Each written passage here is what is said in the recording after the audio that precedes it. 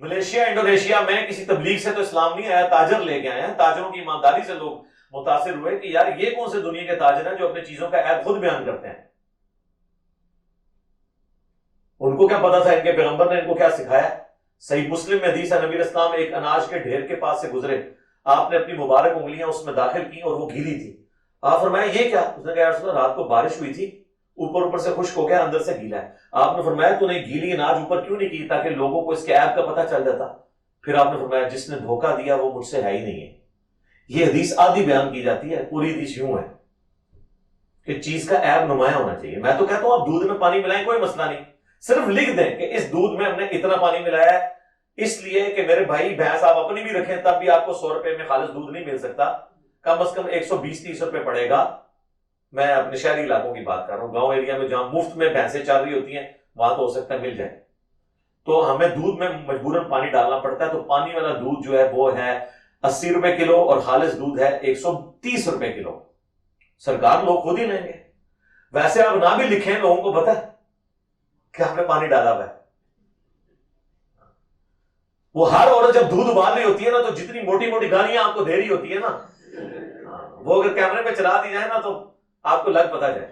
تو آپ بس سیدھی طریقے سے دودھ میں پانی ملانا کوئی گناہ نہیں ہے، اس کو بتانا نہیں اور دھوکہ کرنا اور جھوٹ بولنا کہ میں خالص دودھ بھیج رہا ہوں، یہ گناہ ہے۔ دودھ میں پانی ملا کے پینا تو سنت ہے، اگلے زمانوں میں برف نہیں ہوتی تھی، مٹکے کا ٹھنڈا پانی ڈالا جاتا تھا دودھ میں، کچی لسی کر کے پیا جاتا تھا۔ نبی علیہ السلام کی بھی آپ حدیثیں بخاری مسلم میں پڑھیں تو دودھ میں پانی ملا کے پیا کرتے تھے دودھ کو ٹھنڈا کرنے کے لیے، تو اس وقت تو ٹھنڈا کرنے کا یہی ذریعہ ہوتا تھا۔ تو یہ سنت ہے، مسئلہ ہے دھوکہ دینا، جس نے دھوکہ دیا وہ ہم میں سے نہیں ہے۔ تو اسلام کی جو ٹیچنگز ہیں وہ تو بہت اچھی ہیں، لیکن مسلمانوں کے کرتوت برے ہیں، لہٰذا ماڈرن یا لبرلز جو کچھ کہہ رہے ہیں ان کو گراؤنڈز تو آپ کے مذہبی طبقے نہیں پرووائڈ کی ہوئی ہے نا۔ ایک کافر تو امن سے بیٹھا ہے، مسلمان ہوتے ہی وہ بے امنا ہو جاتا ہے، اگر وہ شیعہ ہو گیا تو سنی کہے گا واجب القتل، نہیں کہے گا۔ اور اگر بیچارہ وہ قرآن سے ڈائریکٹ آیات پڑھ کے ان کا ترجمہ کرے تو ہمارے لوگ کہیں گے گستاخ رسول کی ایک ہی سزا سرطان سے جدا، اور وہ پڑھ رہا ہوگا قرآن کی آیت۔ جی میرے ساتھ ہو چکا ہے، شروع میں میرے جب پمفلٹ آئے نا، یہ 2010-11 کی میں بات کر رہا ہوں، میرے گھر ایک گمنام لیٹر آیا، بعد میں پتا بھی چل گیا جس مولوی نے لکھا تھا، بریلیوں کا ایک مولوی تھا، اس نے میرے پمفلٹ کی ایک لائن ہائی لائٹ کی ہوئی اور لکھا کہ شام تک اپنی توبہ جو ہے نا وہ شہر کے فلاں چوک میں لٹکاؤ ورنہ میں ممتاز قادری کے مشن کو آگے لے کے چلوں گا۔ تو یہ ممتاز قادری کا جو واقعہ ہے نا اس کے بعد کی وہ بات ہے، مطلب یہ 2011-12 جب کی بھی، اور وہ جو جملہ ہائی لائٹ ہوا تھا نا وہ پتا کیا تھا؟ وہ صحیح بخاری کی حدیث تھی جو ہائی لائٹ ہوئی تھی، اور وہ یہ سمجھ رہا تھا کہ میں نے لکھا ہے، حالانکہ اوپر لکھا تھا صحیح بخاری حدیث نمبر 1010 انا کنا نتوسل الیک بنبینا۔ حضرت عمر کہتے ہیں اے اللہ پہلے تو ہم تیرے نبی کا وسیلہ تیری بارگاہ میں پیش کرتے تھے، جب تک یعنی وہ دنیا میں موجود تھے ہم ان کی دعا کرواتے تھے آپ کے سامنے، ہم پہ بارش نازل ہوتی تھی، ہم اب تیرے نبی کے چچا کو لے کے آئے ہیں، ان کی دعا کی برکت سے بارش نازل فرما۔ اب انہوں نے جو وسیلے کا کنسیپٹ بنایا ہوا اس میں تو یہ فٹ نہیں بیٹھتا تھا، تو چلے آپ زیادہ علمی اختلاف کر سکتے ہیں۔ اس نے کہا یہ گستاخی ہو گئی ہے، تو یہ گستاخی کس نے کی ہے؟ حضرت عمر نے۔ اس کے بعد کس نے کی ہے؟ امام بخاری نے۔ میں نے تو کی نہیں، میں نے تو نقل کیا، میں تو نقال ہوا نا۔ جس قوم میں مینٹل لیول یہ ہو وہاں پہ آپ جو ہے وہ یہ نعرے لگنے دیں تو چپ کے رکھیں گے۔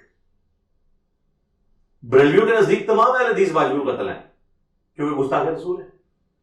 جی وہ سمجھتے ہیں کہ جو ہماری طرح عقیدہ نہیں رکھتا وہ گستاخ ہے، اور اہل حدیث کے نزدیک سب کے سب بریلوی مشرک ہیں، وہ کہتے ہیں جس طرح ہم نے توحید مانی اگر یہ نہیں مانیں گے تو ہم نے مشرک سمجھیں گے۔ تو سرکار یہ چھوڑ دیں، آپ لبرلز کو اور ماڈرن لوگوں کو نہ روئیں، آپ اپنے گھر کی صفائی کریں۔ آپ کے مذہبی طبقے کے کرتوت ایسے ہیں، مجھے بتائیں آپ کہیں پہ کوئی دینی بات کر رہے ہو چوراہے پہ کھڑے ہو کر اور وہ اس معاشرے سے ٹکراتی ہو، ایک کلین شیو بندہ اگر آپ کی بات غور سے سن رہا ہے نا، اس کے چہرے پہ ناگواری بھی ہے، آپ کو ٹینشن نہیں ہوگی، لیکن اگر وہ کوئی مولوی ہوا اور انہوں غصہ چڑھ رہے آتے تو ہمیں ٹینشن ہو جائے گی کہ انہیں کدھر نعرے تکبیر نہ بلند کر دیں۔ تو جب ایک دیندار بندہ ایک دیندار شکل و صورت والے بندے سے ڈرے، یعنی یہاں پہ اگر 10 عیسائی پادری جو ہے نا وہ سلیب لٹکا کے نا پھر رہے ہو نا، مجھے ان سے کوئی خطرہ نہیں، لیکن 10 مولوی اگر یہاں پہ پھر رہے ہوں تو ظاہر ہے کہ پھر میں تو بٹ صاحب کو ساتھ ہی لے کے نکلوں گا۔ تو جب میرے جیسے بندے کا یہ حال ہے تو ایک بندہ، ایک ماڈرن اگر بندہ کہتا ہے کہ میں ڈرا ہوں ان سے، تو صحیح کہہ رہا ہے بیچارہ یار،